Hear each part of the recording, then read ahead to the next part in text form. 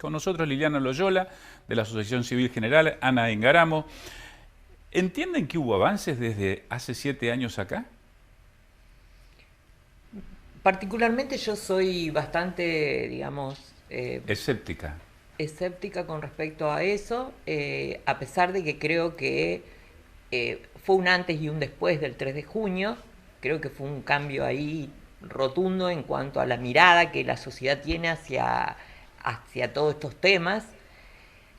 Hubo algunas cuestiones importantes como la jerarquización de las áreas específicas en como los ministerios, que eran direcciones, secretaría, ahora son Era un ministerios, tanto raviolito en el nación, organigrama como tanto... para cumplir. Pero lo que pasa es que digamos, la violencia de género es un tema estructural, es un tema que tiene cultural, es un tema que tiene que ver con cambios profundos al interior de la sociedad y de los grupos humanos que requieren políticas contundentes, contundentes desde, por ejemplo, todos sabemos que los cambios culturales no se producen de un día para el otro, ¿cierto? Pero para que esos cambios culturales se produzcan, se tiene que trabajar fuertemente, por ejemplo, en las escuelas, desde el nivel inicial en adelante, trabajando con, por ejemplo, educación sexual integral, que es un tema que aborda estas temáticas y que no se puede implementar. Hay todavía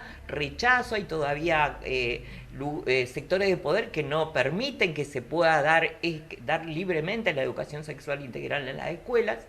Y bueno, y las políticas públicas todavía no llegan a las mujeres que tienen que llegar, porque ese es el tema. Se generan políticas desde lugares, digamos, desde estos ministerios, pero no llegan al concreto de las mujeres. Por ejemplo, nosotros desde la Asociación Civil General generamos un tipo de acción que en pequeñito es lo que se tendría que reproducir a lo largo y a lo ancho de nuestra provincia, es decir, una cuestión de cercanía, poner a disposición de las mujeres todas las herramientas para que puedan resolver o plantear su situación en un lugar donde van a ser escuchados, donde van a ser acompañados, donde van a ser...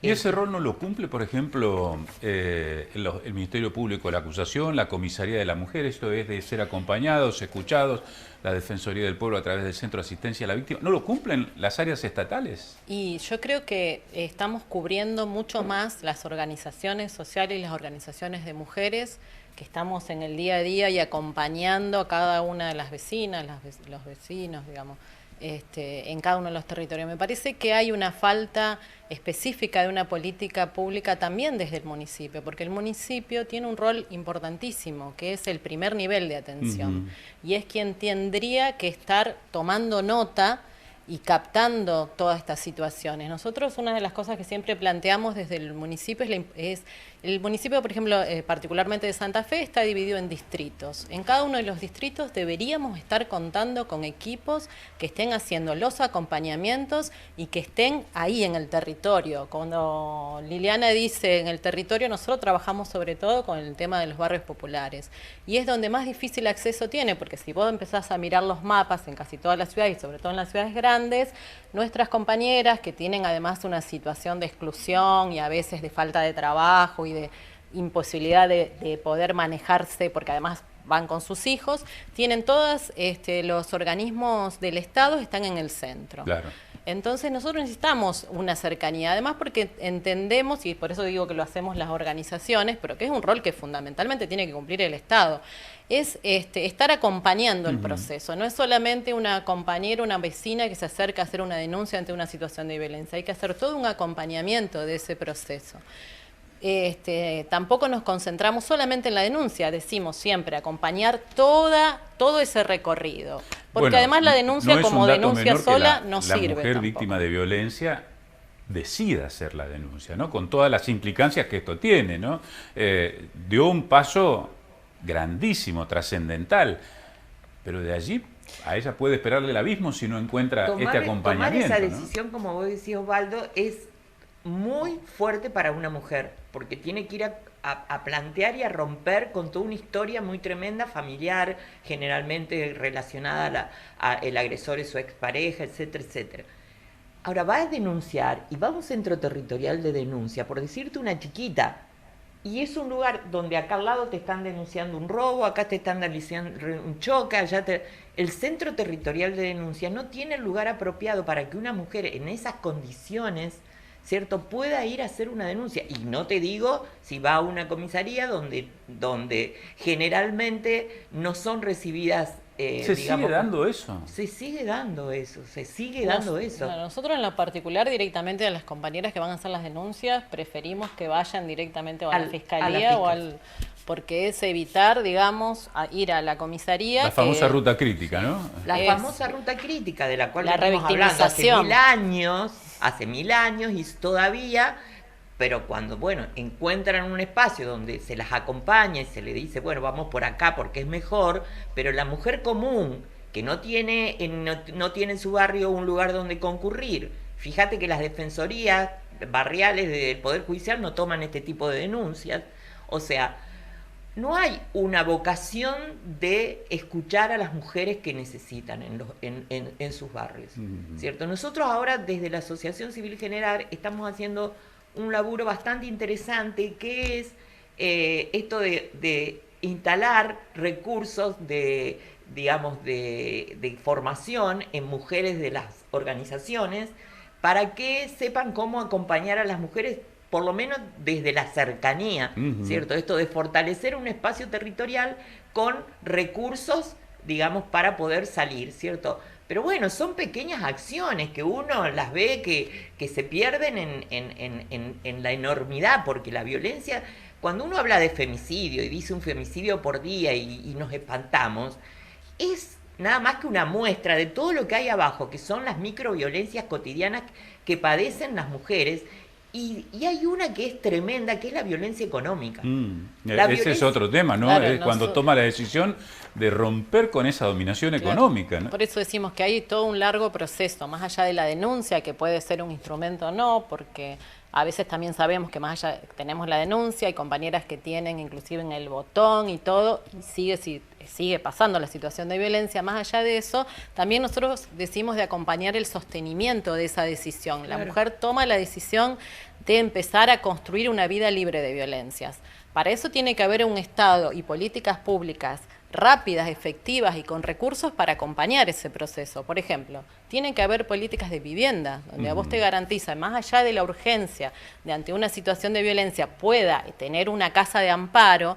Esa decisión tiene que sostenerse en el tiempo, y para sostenerse tiene que tener una vivienda en condiciones para poder criar también a sus hijos, porque aparte de las mujeres normalmente se van con sus hijos, entonces necesita ese espacio y necesita también trabajo, necesita poder sostenerse económicamente. Por eso muchas de las organizaciones estamos trabajando todo el tema de lo que nosotros llamamos autonomía económica, a través de capacitaciones, el armado de unidades productivas, el armado de cooperativas, para que las mujeres además tengan un ingreso económico que le permita tener los medios para sostener esa decisión de vivir una vida libre de violencias, porque si no es como que vos tomás la decisión y todo te lleva a que nuevamente volver a la situación de violencia de la cual quisiste salir, y después empiezan estos mitos que dicen se queda porque le gusta, porque no quiere, si vos podés querer. Esto, uno cree que yo creo que hay mitos que están arraigados. ¿Cómo podría decir? Una historia superada, ¿no? Que todavía le siguen diciendo, bueno, no te tomo la denuncia porque